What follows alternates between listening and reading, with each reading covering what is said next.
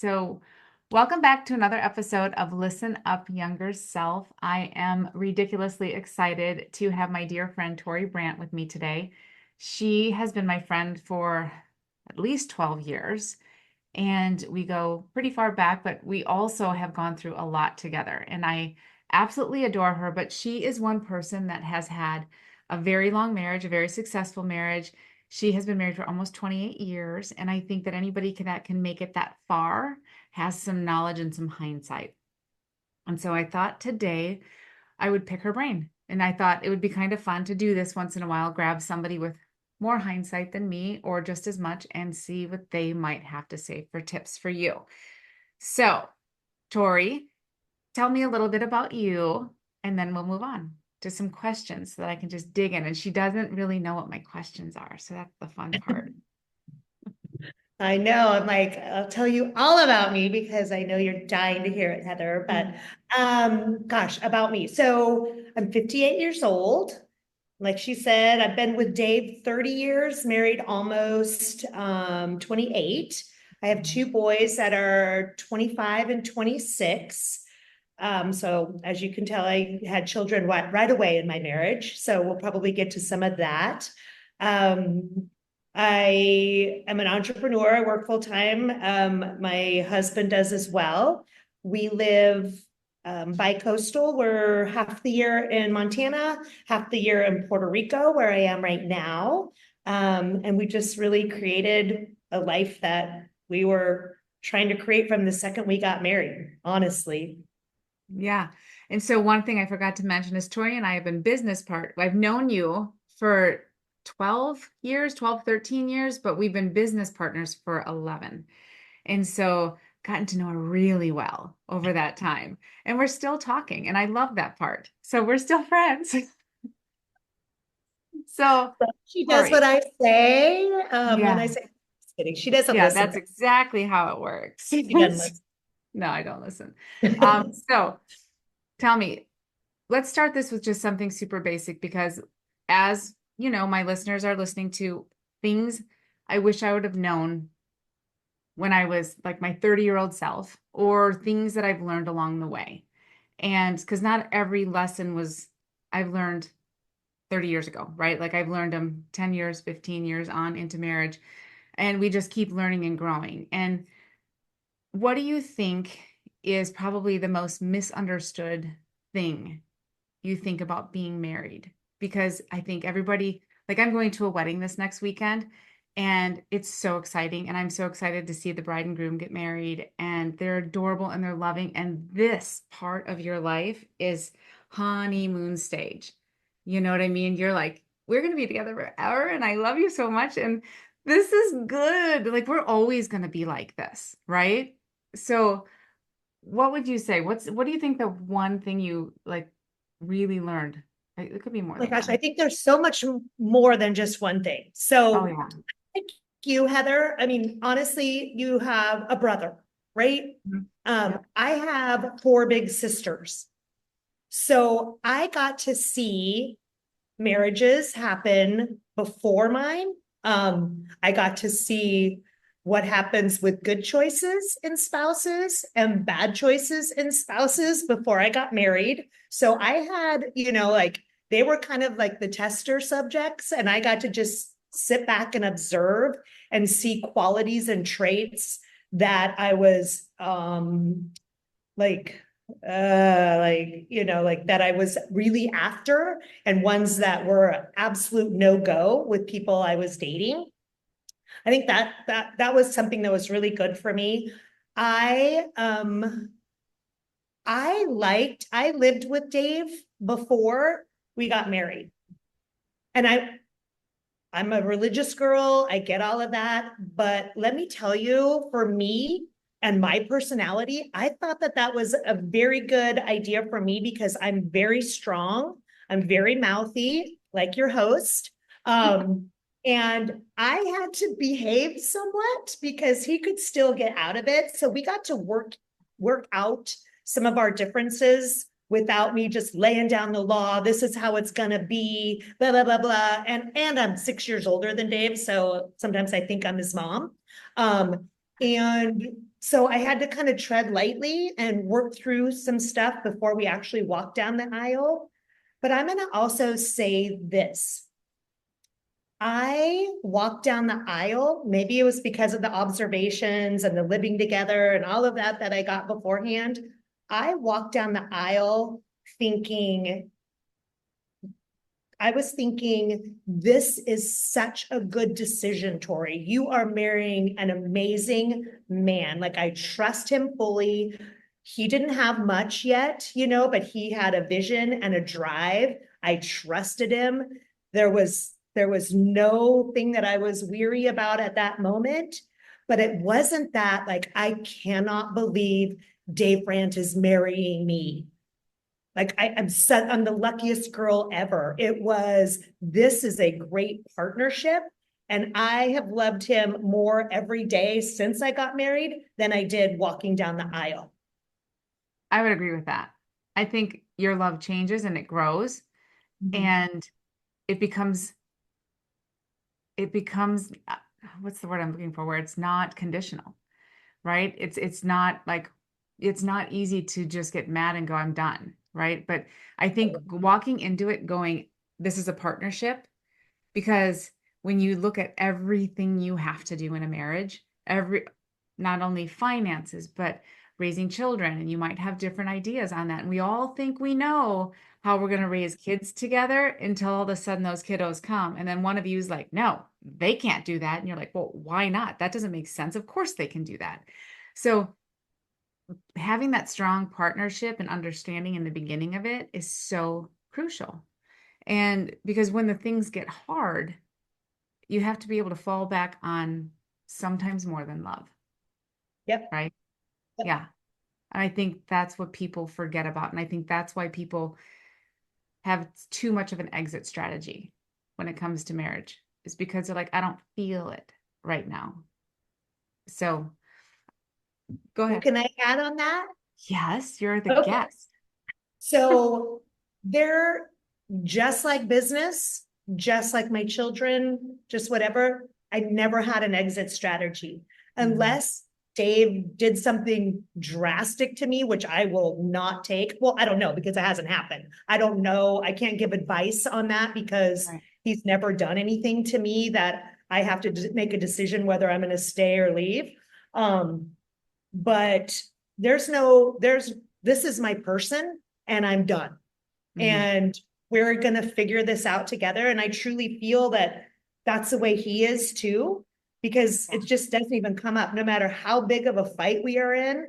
It's just like, well, I may not talk to you for a few days, but I'm not packing up and leaving. No, Like, we're going no. to figure this out because you're my husband, just like my kids are my kids and my Yeah. parents are my parents. So I have to figure out how to coexist and to make them feel special, make them feel loved, and make them feel secure and confident, while demanding how I need to be respected and treated too. I think I'm pretty strong in those things too. He knows. It's not a Everybody guess. knows. Everybody knows, Tori. Well, let me ask you this. What are some of the things you had to let go of? Because as such an independent person, right, going into a marriage that is a partnership, like what are some of the things that you had to decide, this just isn't worth it? It's not worth dying on that hill. Oh gosh. Well, there was some non-negotiables for me for sure, but I didn't marry that guy. I didn't marry somebody that had a non-negotiable for me that I thought I could fix. Okay. I Like would what? What do you mean? Like what? Give me an example of that. Well, like, I refused to. One of the big things for me then was like maybe a guy that stopped off at a bar for a drink on the way home Okay. from work. Not going to happen. Like, Yeah. he can hang out with guys and go golfing and go surfing and things like that, but he was not going to be a guy that went out. Like, there's a difference between guy time and going out. I didn't want somebody who was irresponsible with money. I didn't want somebody with any like kind of addictions or anything like that. Obviously faithful, obviously Yeah. kind. But I think those were my non-negotiables Okay. that I just never wanted to feel insecure. And I never wanted to not, like, be not knowing where he is. Right. Like I just saw, I had a dad that just, he was either at work or at home, or doing something constructive. And I think I just really wanted that as well. Yeah. What are some of the things that you had to learn to let go of? Like let go of some control. You know what I mean? Yeah. What are those kinds of things that you wish you would have learned earlier? Like that doesn't matter if I have control over that or not. Okay. Well, one of the things that I had to let go of is, I don't know if you can see behind me or not, but I like a very, very clean home. Um, and my husband wouldn't even notice if I had 7 piles of unfolded laundry or shoes laying all over or anything like that. So I had to learn, instead of just being on his ass the whole time to like clean up or whatever, it doesn't bug him, but it bugs me. Mhm. So I just pick up his stuff. I'm not gonna die on that hill. Like he adds so many things and does so many things for me that I'm just gonna do that for him. That Yeah. was one. And number two is our philosophy on money that I had to let go of is Dave. Dave is a very creating wealth, the future. Let's save most of our, not save, but invest most of the money that we earn so that we can create wealth and leave legacies and all this stuff. Well, I like to live in the moment. I want a big, exciting life. I like nice stuff. I want to travel all the time. And I knew that those two things weren't going to go together. So I had to problem solve that right away. And I knew that I was going to be working. I wasn't going to be, I tried it for like 3 weeks to be a stay-at-home mom, but I just had to let that go and then make the decision of what I needed to do to create the life that I wanted and not try to morph into his and Yeah. change my philosophy on life. Yeah. So you kind of had to Makes sense. blend the two. It does. You had to like kind of blend them. I had to blend them. Like I had to let it go that he was going to change his philosophy on money to meet my needs. We just had to like work, we had to work together. And so we both work and we live on mine and spend mine and we invest all of his.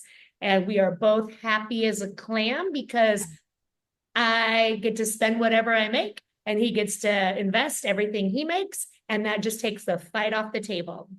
That's that's perfect. That's finding that common ground. I mean, I think that's one of the, in finances, let's face it, that's what the number one thing people fight about. It really is. Yeah. Yeah. And they want it their way. They're not able to see the other side of the road. They seriously just want to fight to the death on that one. And a lot of marriages can end in that because they can't find that common ground. I like that. And I wanted 4 children and he wanted two. And we Ooh. have two. Okay, so you did give. I did give, but I gave in the middle of colicky babies. I had 2 in a row, 25, 26, right when I got married.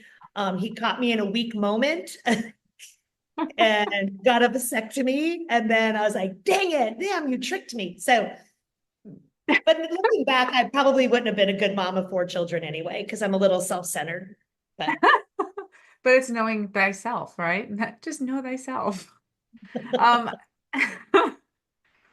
how do you feel about romance? Like, how has your romance changed over the years? And how have you had to adjust to that? Because I think that's a big thing. I think people who start out think that they're always going to be like, especially, well, the things change when kids come for sure, because kids yeah, can make you very tired and all of the above and not so romance, or do sexual. you mean sex? Well, however Or you both? wanted to say. Both. Like how have you seen it change?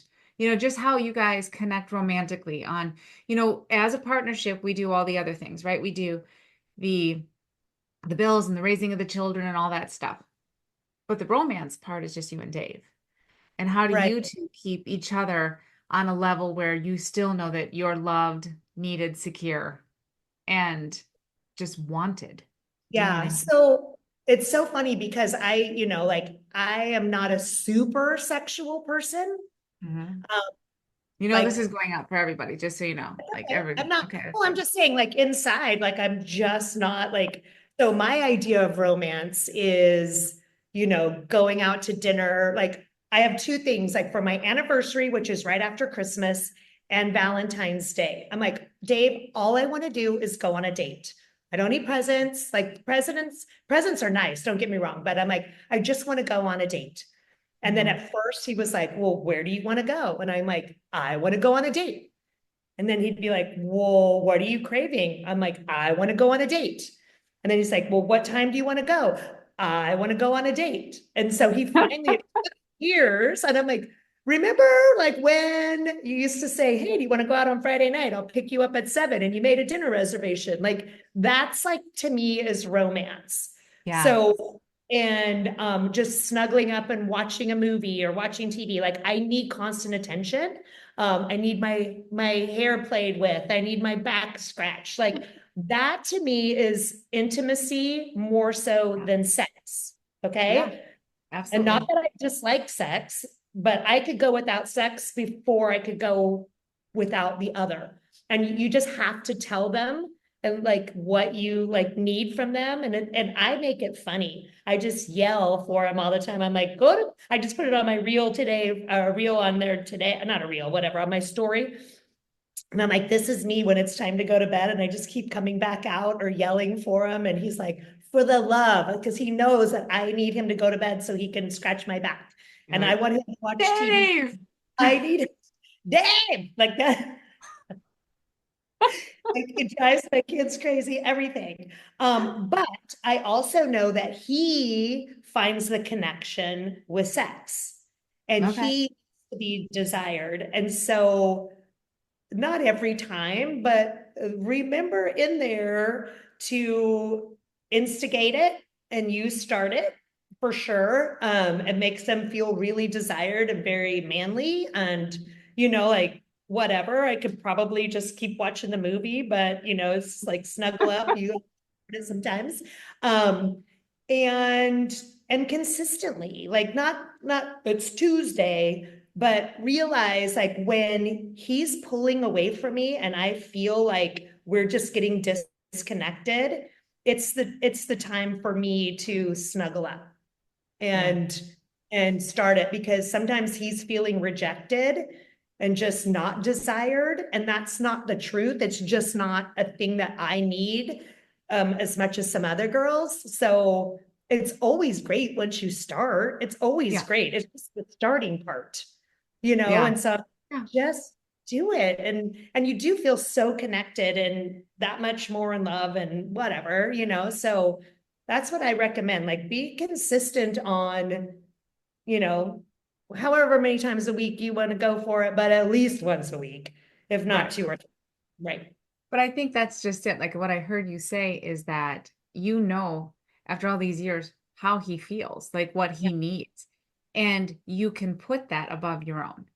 Because when I mean, I always go back. I think one of my most popular episodes was my very first one. It was the power of the touch. And just how for you the touch just makes you feel connected. You don't need all of the rest, right? Like pet my Yes. pretty hair. Yeah. And it needs to But be for nightly. yeah, nightly. I know. I understand that. I'm a very needy wife too. So I do understand all of the things. But I think that over the years you learn like, okay, I'll give you, and not only if you gave me, but you give knowing that when you make them feel like they're needed and wanted and loved, then they Yes. want to do it back.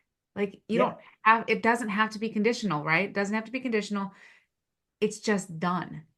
It just happens because we do it first. Yeah. Yep. Because we're so And smart. he knows how much I need the attention because and he like giggles every time because I like snuggle up and I lay on top of him, like T-bone to watch TV, and he actually thinks it's adorable. And he I might have to do an interview with Dave just so I can go, do you think that's adorable, Dave? so I expect that every night that he's home. So I mean I should probably return the favor for things that he likes. Yeah.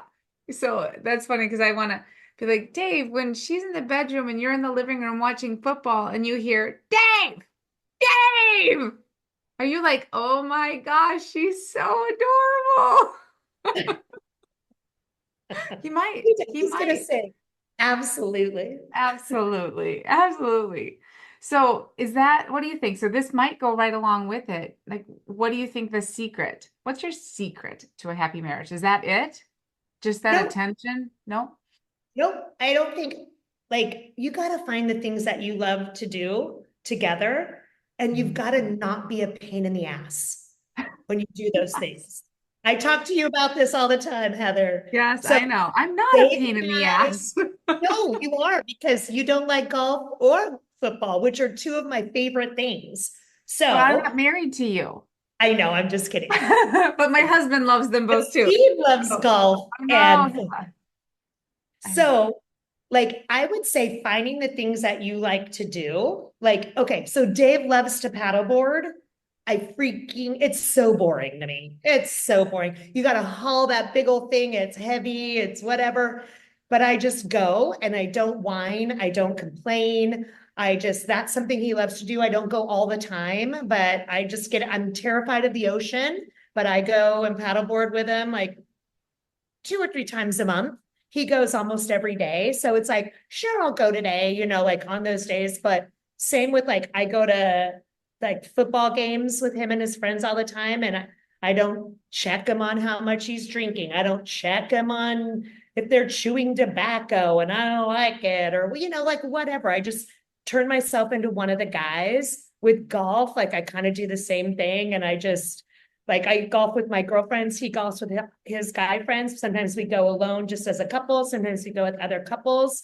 But I just make sure that even if I'm frustrated or whatever, like that I'm fun. You guys got to be fun. So they want to do things with you. And I just watch all of these girls just bitch and complain and pick and whatever. And I'm like, well, frick, I wouldn't want to hang out with your ass either. No, So, I agree right. with that. Yeah. And so like, so those are the things I think you've got to have. Sometimes we just go day drinking or bar hopping, or you guys could be like going to church, whatever it is. You've got to find those things that you like to do together and make it light and make it easy and make it fun so that they enjoy being with you outside of you being their wife and the mother of their children. You've got to be their friend and their buddy, I guess I should say. Yeah. I agree with that 100%. I have seen so many people that they just did everything together. They had so much fun together, all of the things, and then they get married. And especially after kids and other responsibilities start to come into play, people just get into such a business relationship that they forgot how much fun they had together and who they were together. Because it's that's that part of it, the who you are together, that gets you through the hard times.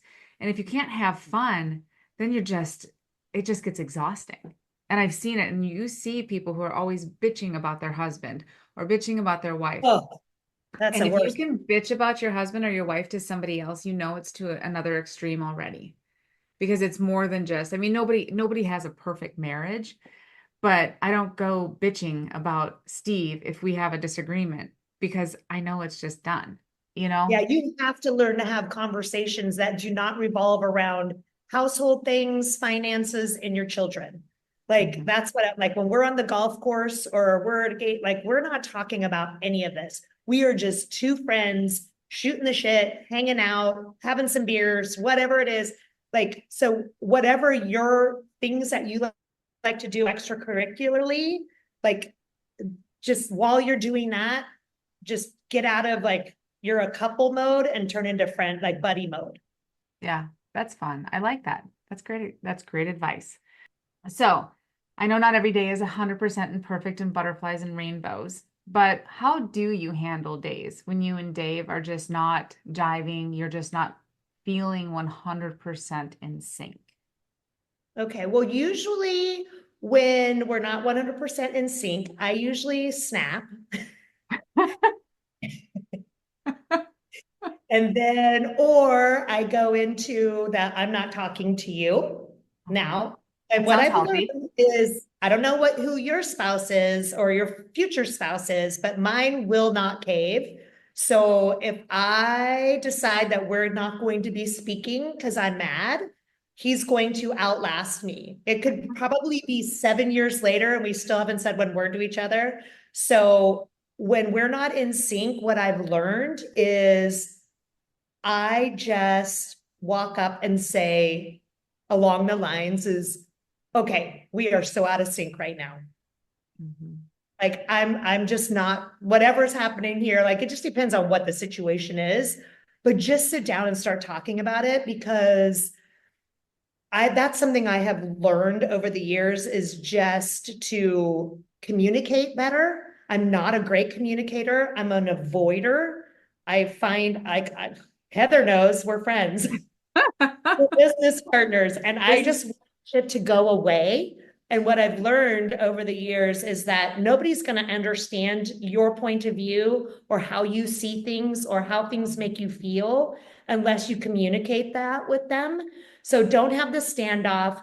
Don't hope it goes away. You've got to this is the way it makes me feel. And something I learned in college in a psychology class was never say when you do this, pointing out what they do, but you can say, or you can't say you did this to me or this, it's when this happens or when you do this, this is the way it makes me feel. yeah, Or it's probably not your intention, but this is how it makes me feel because that diffuses everything. So instead of it's this attack thing, people cannot argue with how it makes you feel.